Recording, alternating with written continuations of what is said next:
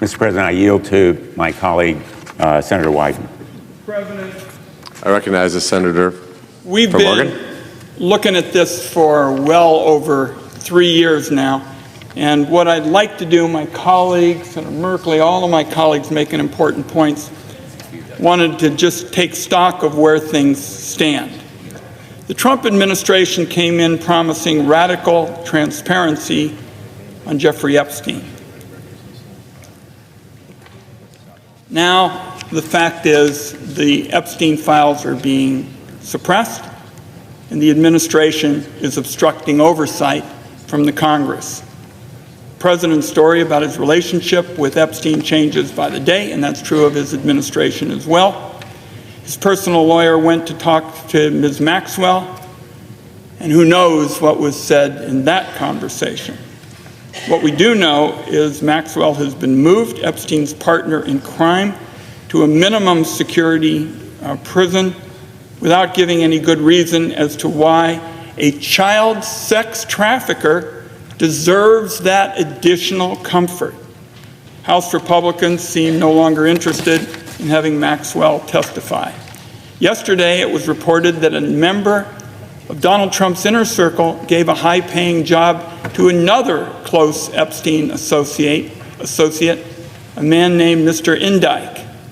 That sounds, Mr. President, about as bizarre and wrong as you can get. My colleagues and I believe it's a big mistake for the Senate to go out of session without making real progress on real transparency on the Epstein issue. There are a number of ways you can do that. So let me say a little bit about our investigation, which began 3.5 years ago, Mr. President.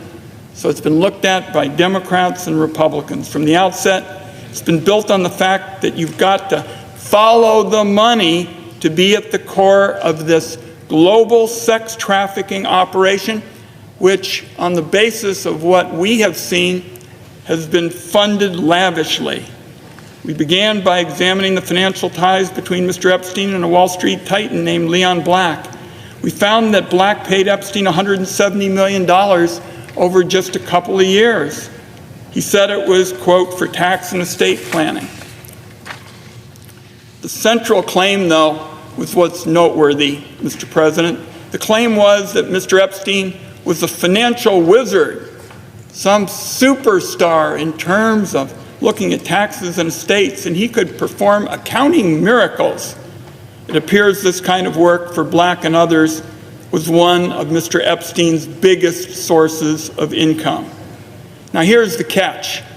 Epstein wasn't an accountant or a tax attorney at all. And Leon Black, who's extraordinarily well off, already employed the best tax advisors in the business.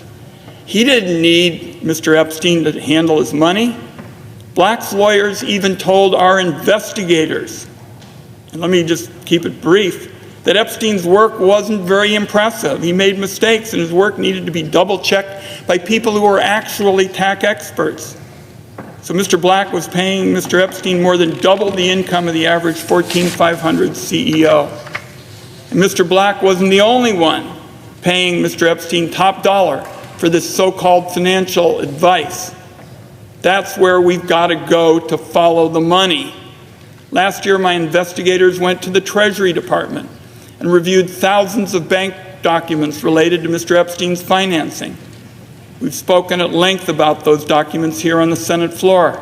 It's a whole set of Epstein files in the possession of the Treasury Department, above and beyond the files in the possession of the Department of Justice. So that's a key point, Mr. President. You've got to look, if you're going to follow the money, at the Treasury Department, not just at the Department of Justice. We've been trying to get those documents. The Trump administration's been blocking us. We've demanded answers from the new head of the IRS about why its criminal investigators didn't look into Epstein's work for Leon Black or whether they did any investigation of Epstein at all. We're talking about hundreds of millions of dollars paid by ultra-wealthy individuals to a known sex trafficker for the purpose of dodging billions in taxes. It is unthinkable that those transactions were never audited or investigated. A deep dive on this, starting with the IRS criminal investigations operation, could have blown the lid off Epstein's cover story about being a financial genius quite some time ago. It could have helped uncover the financing behind these horrific crimes. One last point in terms of an update. There are all kinds of pundits out there chattering about whether this is the right political issue to focus on. My message is blunt, Mr. President. This is not about politics. This is not about Democrats and Republicans. So I just want to make it clear this is about whether there's going to be justice for the victims of a notorious sex trafficker who did not abuse these women and girls alone. This is about whether there's going to be accountability for the people who enabled and participated in Epstein's crimes. The question really is, as I close, who is the government looking out for? The rich and powerful, even those who do horrible things, or the powerless, the victims of abuse who've been neglected for too long? Donald Trump wants this to go away without any accountability. And for him, that might be about self-preservation. But it's clear the Trump administration, based on our detailed work, doesn't want to do the right thing here.